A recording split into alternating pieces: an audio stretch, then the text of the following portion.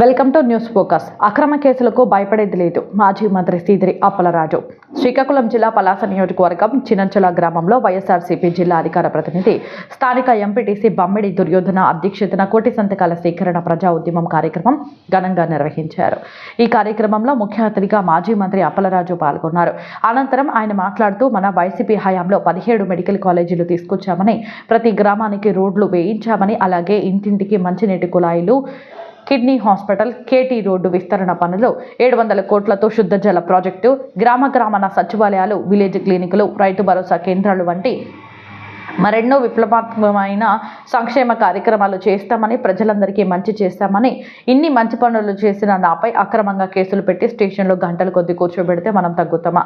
ఎవరు ఎన్ని కేసులు పెట్టినా ప్రజాసేవ చేస్తూనే ఉంటానని, మీ అందరి అభిమానం ఉన్నంత వరకు ఎవరు ఏమీ చేయలేరని, మన పార్టీ ప్రజలకి మంచి చేసే పార్టీ, కూటమి ప్రభుత్వం ప్రజలను ముంచే పార్టీ అని, ఇందులో భాగంగానే కోటి సంతకాలు సేకరణ కార్యక్రమం పెట్టామని, ఈ సంతకాలు గవర్నర్ దృష్టిలో పెట్టి ఈ కూటమి ప్రభుత్వంను గద్దె నుండి దించుతామని అన్నారు. ఈ కార్యక్రమంలో మండల పార్టీ అధ్యక్షులు దువ్వాడ రవి, జడ్పీటీసీ మచ్చా ధనరాజు, వైఎస్ ఎంపీపీ తెలంగాణ శ్రీరాములు, పలాస మండల ఎంపీటీసీలు, సర్పంచులు, స్థానిక నాయకులు, మహిళలు పెద్ద ఎత్తున పాల్గొని కోటి సంతకాల సేకరణ కార్యక్రమం ఘనంగా నిర్వహించారు. నాకు తెలిసిందంత ఏంటి? నాకు తెలిసిన విద్య ఏంటి? ఏం చేస్తాడు? వైద్యం చేస్తాం దానమ్మా. ఇది ఒక్కటే మనకు తెలుసు, ఇంకోటి తెలియదు నాకు. మొన్న అన్ని టీవీల్లోనూ, పేపర్లోనూ, అన్నిట్లోనూ వచ్చింది. అది నా పని, నా వృత్తి, నాకు తిండి పెడతాది అది, ఆ పని కదా. తీసుకెళ్లి స్టేషన్లో పడి ఇంక ఈ టైంకి నేను ఇంక స్టేషన్లో ఉన్నాం, 9:30 వరకు ఉన్నాం. ఇది అన్యాయం కాదా? ఇది అక్రమం కాదా? ఇది దుర్మార్గం కాదా? మనం కూడా ఒక 5 ఏళ్ళు పరిపాలించాం కదా. అప్పుడు కూడా ఇక్కడ ప్రతిపక్ష నాయకులు ఉన్నారా లేదా? ఎంత అల్లరి చేశారు, ఎంత అల్లరి చేశారు. మన మంత్రిగా ఉన్నప్పుడే మనకి ఇష్టానుసారం దూషించారు. సైకో అని, పశువు అని, అదని ఇదని. ఇప్పుడు ఎక్కడ పడితే అక్కడ రోడ్ల మీద ధర్నాలు, పోలీస్ స్టేషన్ ముందు ధర్నాలు, ఇంట్ల ముందు ధర్నాలు, నోటికి ఏదొస్తుంది మాట్లాడి. కానీ ఏ రోజు కూడా మనం రాజకీయ కక్ష కార్యక్రమాలు చేయలేదని సందర్భంగా మీకు అందరికీ మనవి చేస్తా ఉన్నాను. నాకేంటి అవసరం రాజకీయాల్లోకి? మనం మాట్లాడుకుందాం. మీ బీడీఆర్కి ఆడికి ఏదో వ్యాపారం ఉన్నది, ఆ ఒరిస్సాలో కూర్చుంటే చక్కగా డబ్బులు ఎక్కెట్టుకోవచ్చు, క్యాష్ మిషన్ కొనుక్కొని. అవునా కదా? ఈయన చక్కగా రియల్ ఎస్టేట్ వ్యాపారం చేసుకుని ఈయన కూడా నోట్లు లెక్క పెట్టుకోవచ్చు. దేనికి రాజకీయాల్లోకి వస్తాము? నేను ఓ దుకాణం ఓపెన్ చేసుకొని కూర్చుంటే మీరే నా దగ్గరికి వస్తారు, మీరే నాకు నమస్కారం పెడతారు, మీరే నాకు డబ్బులు ఇస్తారు. బాబు నువ్వు దేవుడు బాబు అని మీరే నాకు పొగుడుతారు. అవన్నీ వదిలేసి ఈరోజు ఎవరి కోసం రాజకీయాల్లోకి వస్తాము అంటే మన కోసం, మనందరి కోసమని. మన ప్రాంతంలో మనం రాకముందు చెప్పుకోవడానికి ఏటున్నాయి? ఏమైనా ఉన్నాయా? పలాస పేరు గొప్ప, ఊరు దెబ్బ అన్నట్టు. అవునా కదా? పేరు గొప్ప, ఊరు దెబ్బ అన్నట్టు. ఏమున్నది పలాసలో? జగన్మోహన్ రెడ్డి గారి దయ వల్ల పలాసను రెవెన్యూ డివిజన్ చేసినటువంటి ఘనత మనది అని ఈ సందర్భంగా మీకు అందరికీ మనం చేస్తా ఉన్నాం. ఇదే ఇంతకు ముందు ఏదైనా ఈ భూమి, మా భాస్కర్ గారికి తెలుస్తుంది కరెక్ట్గా, ఈ ల్యాండ్ డిస్ప్యూట్స్ అవి అడంగల్స్ అవి అంటే ఎక్కడికి వెళ్ళేవాళ్ళం? ఆర్టీఓ కోసం ఎక్కడికి వెళ్ళేవాళ్ళం? ఎక్కడికి? టెక్కలు వెళ్ళేవాళ్ళం మనం. ఎందుకంటే అక్కడ ఉండేవాడు మనకు ఆర్టీఓ. ఇక్కడ మీరు ఆటోనో లేకపోతే కారు ఏదో బుక్ చేసుకొని టెక్కలు వెళ్ళాలి ఉదయం పూట. ఇప్పుడు తుర్రు మన ఆటో ఎక్కేసి పలాస వెళ్ళి అక్కడ కాగితం పడేస్తున్నారు, వచ్చేస్తున్నారు. ఈ పలాసను రెవెన్యూ డివిజన్ చేసినటువంటి ఘనత మనది. పలాస ఇంతకుముందు మీరు కేటీ రోడ్ల నుంచి వెళ్ళేవాళ్ళు, ఇప్పుడు సాయంత్రం పూట వెళ్ళారనుకోండి, మీకు ఏమనిపిస్తుంది? ఇది ఎక్కడున్నారా, మనం ఈ పలాసలో ఉన్నామా ఇంకెక్కడైనా ఉన్నామా అని అనిపిస్తుందా లేదా? అవన్నీ చేసింది మనము. ఓ పెద్ద హాస్పిటల్ మీకోసం అని చెప్పి కట్టించినామన్న. పిల్లి ఇంటి ముందు ఇలా మేము కారు వేసుకొని వస్తున్నాం. సార్ కొద్దిగా ఇల్లు జాగ్రత్తగా వెళ్ళండి సార్, తగిలిపోతారు. ఏడు తగిలిపోతారని చూసేసరికేమో ఆ పక్కన కొలాయి ఎలాగొచ్చింది కొలాయి? ఎవరు తెప్పించారు కొలాయి? జగన్మోహన్ రెడ్డి గారి దయ వల్ల మనము ఇంటింటి ముందుకి కొలాయి అన్నటువంటి కార్యక్రమాన్ని చేసుకోగలిగాం. లేకపోతే ఉదయం లేచి అలా కొలాయి దగ్గరికి వెళ్ళి ఓ 10 మంది ఆడ కూర్చొని రోజంతా ఉప్పర్ మీటింగ్లు. ఇప్పుడు అవి లేదు. ఇప్పుడు ఆ గొడవ లేదు. ఎవడి ఇంటి ముందు ఆడు పట్టుకోవడమే. సగం గొడవ వదిలిపోయింది దానివల్ల. చెప్తున్నాను మీకు, ఇవన్నీ దేనికోసం వస్తుంది? ఎన్నికలు దగ్గరకు వచ్చేస్తానే అనగా కూడా మీ రోడ్డు వేసాం మేము. మీ ఊరు నీళ్ళ ట్యాంక్ కట్టించడానికి ఎవరు ప్లేస్ ఇవ్వలేదు. అతి కష్టం మీద అక్కడ ప్లేస్ తీసుకొని ఆ రాళ్ళు గీళ్ళు ఆ రప్పలన్నీ క్లియర్ చేసి అతి కష్టం మీద అక్కడ ట్యాంక్ కట్టాము అక్కడ. అంతేనా? సచివాలయం ఆర్బీకే కట్టడానికి కూడా అదే పరిస్థితి. ఎక్కడ ఇంచు ప్లేస్ లేదు ఎక్కడ కూడా.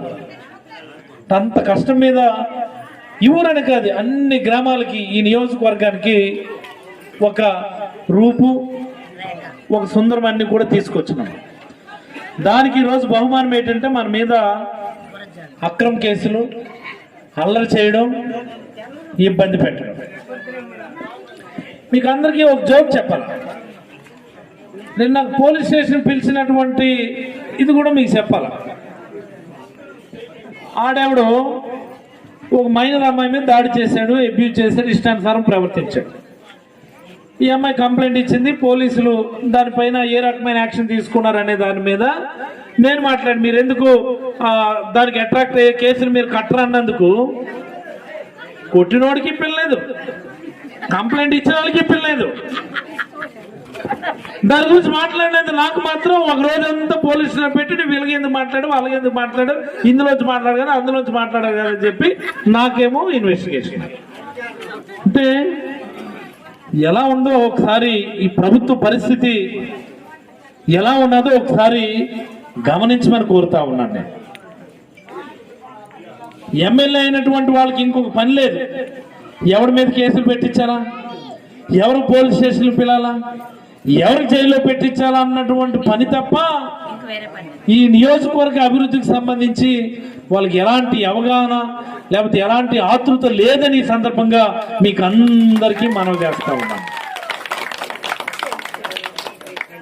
మరి పోతే అన్ని ఆల్రెడీ యూరియా గురించి అన్ని చెప్పాడు. యూరియా గురించి మీరు అందరూ పోరాటం చేశారు. ఇలాంటి పోరాటం ఏమి చేశాం? మీ కరెంట్ ఛార్జీలు పెంచారు. కరెంట్ ఛార్జీలు పెరిగిపోయలేదా?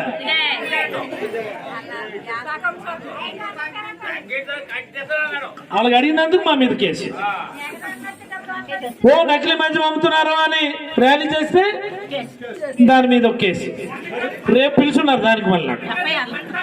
నకిలీ మద్యం మీద నువ్వు ర్యాలీ చేసావు, నువ్వు పోలీస్ స్టేషన్ రానుకొని చెప్పి పిలుచున్నారు. దివాళీ అందరికి మొన్న అయిపోయింది, నాకు ఇప్పుడు మొదలైనది. ఇలాంటి దివాళీలు మనం పండగ మాదిరి సెలబ్రేట్ చేసుకుంటాం తప్ప దివాళీ రోజు ఓ సౌండ్లు వస్తున్నాయి, వెలుతురు వెంటనే జడిసిపోయే మనస్తత్వం మనది కాదు. మనం చేస్తా ఉన్నాను.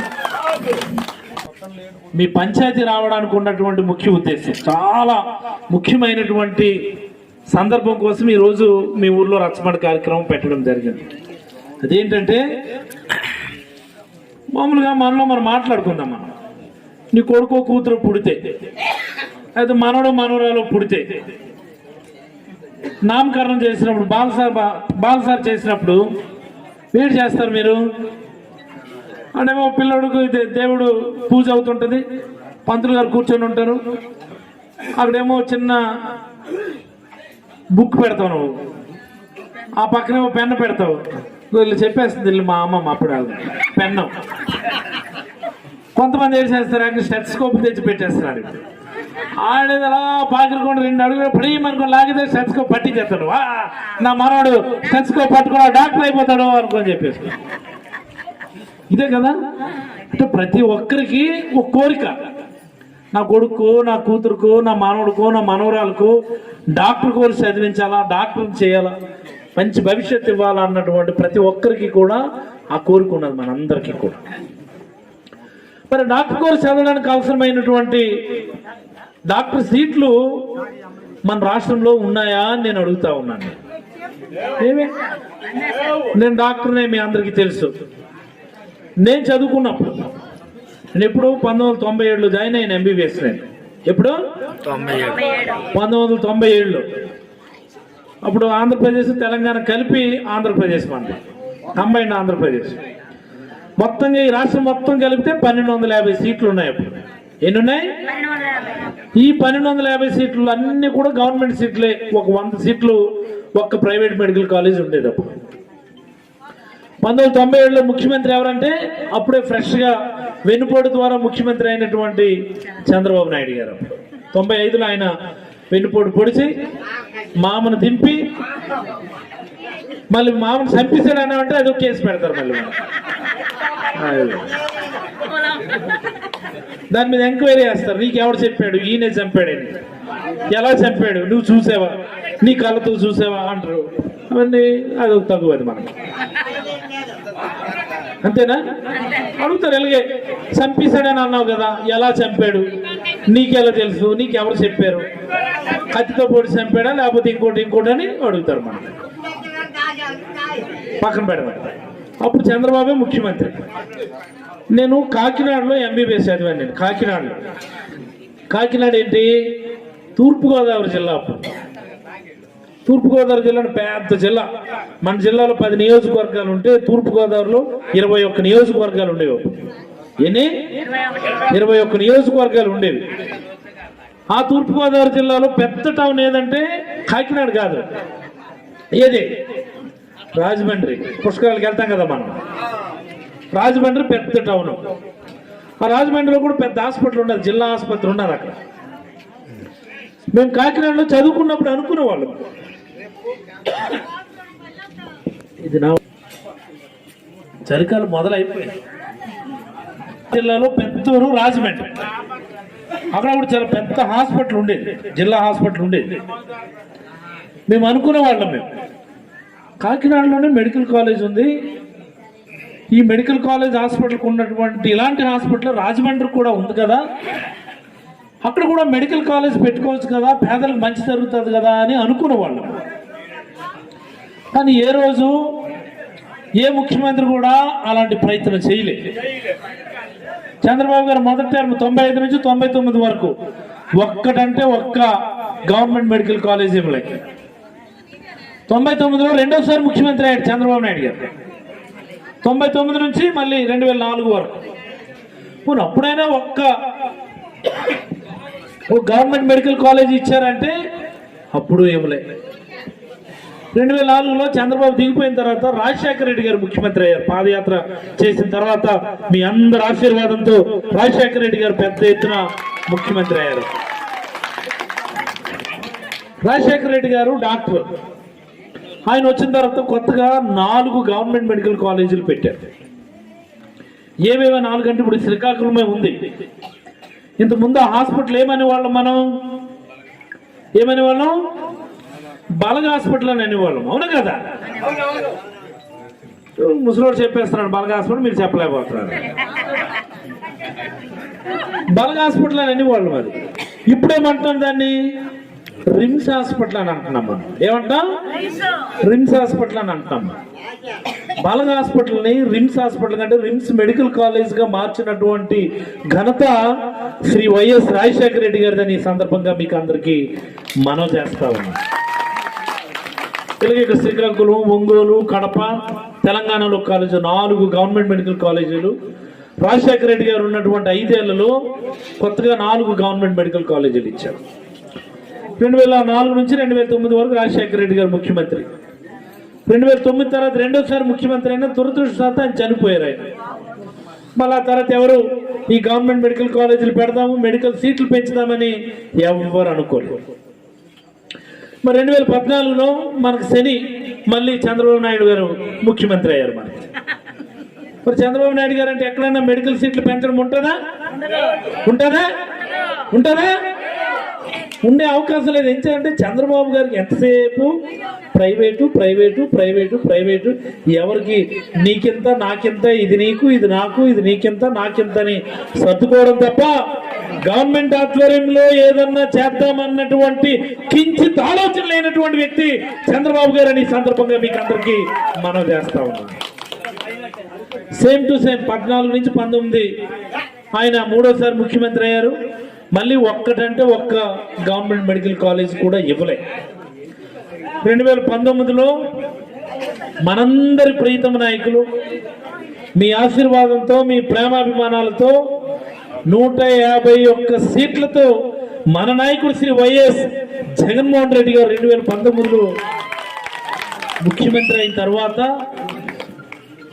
పాదయాత్రలోనే మీలాంటి వాళ్ళందరూ చెప్పారే, బాబు మా పిల్లల్ని ఓ డాక్టర్ చేద్దామంటే సీట్లు లేవు, ప్రైవేట్ మెడికల్ కాలేజీలో మేము చదివించుకోలేకపోతున్నాము, మా బాధలు మేము ఎవరికి చెప్పుకోవాలి అని చెప్తే, మన నాయకుడు ముఖ్యమంత్రి అయిన తర్వాత ఎన్ని గవర్నమెంట్ మెడికల్ కాలేజీలు ఇచ్చారు తెలుసమ్మా? ఎన్ని 17 మెడికల్ కాలేజీలు ఇచ్చినటువంటి ఘనత శ్రీ వైఎస్ జగన్మోహన్ రెడ్డి గారు మీకు అందరికీ మనం చేస్తాం.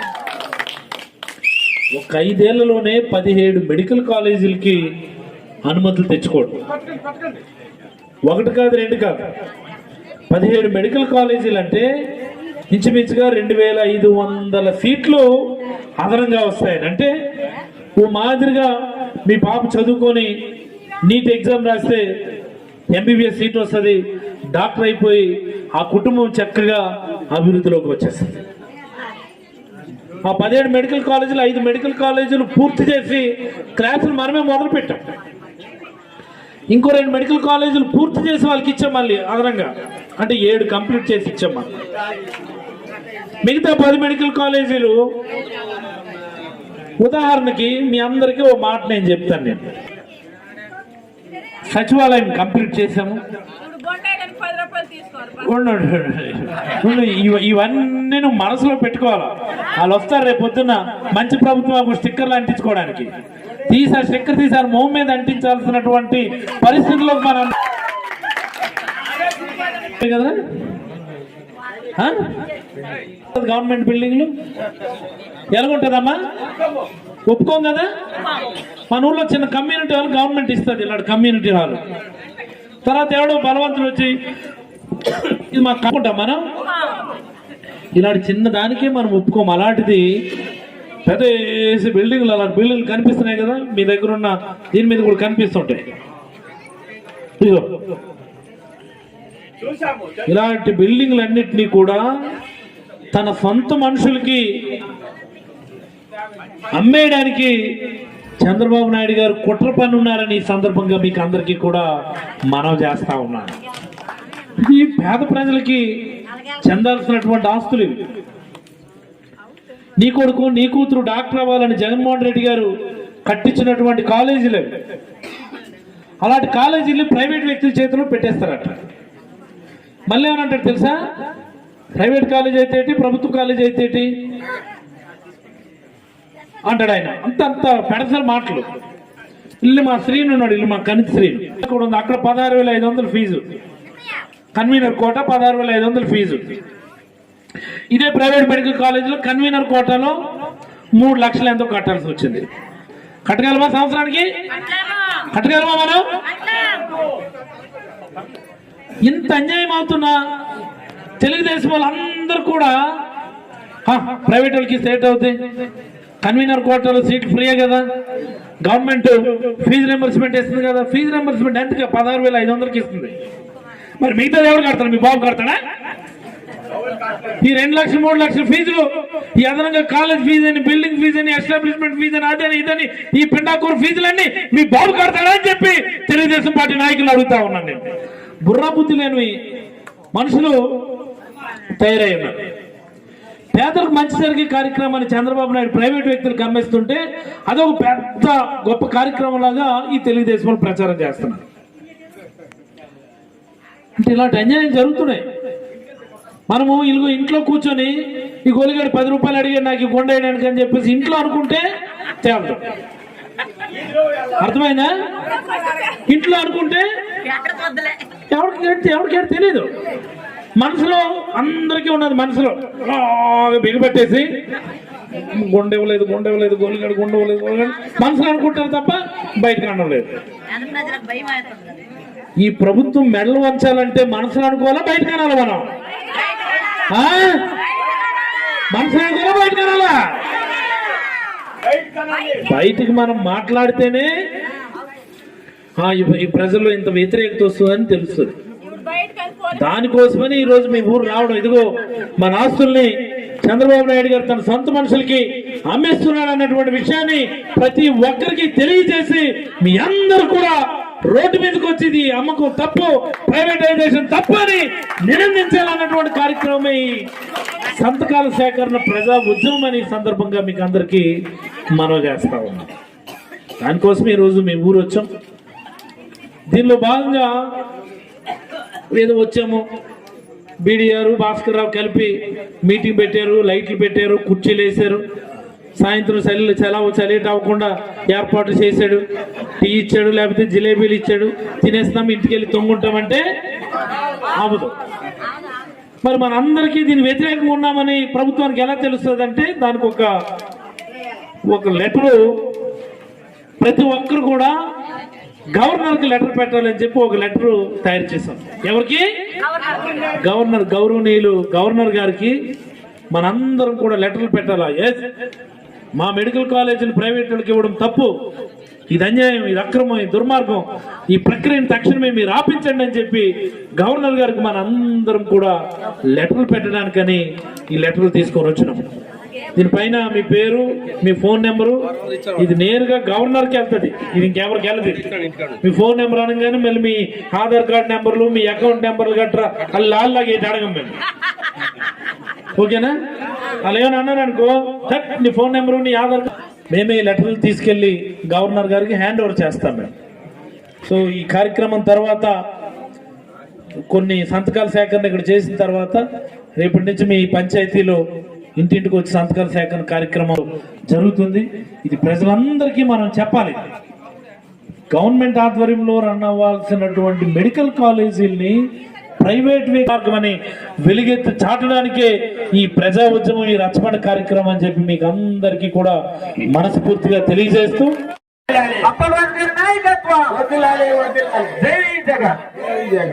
मेडिकल कॉलेज प्राइवेटीकरण, मेडिकल कॉलेज प्राइवेटीकरण, मेडिकल कॉलेज प्राइवेटीकरण।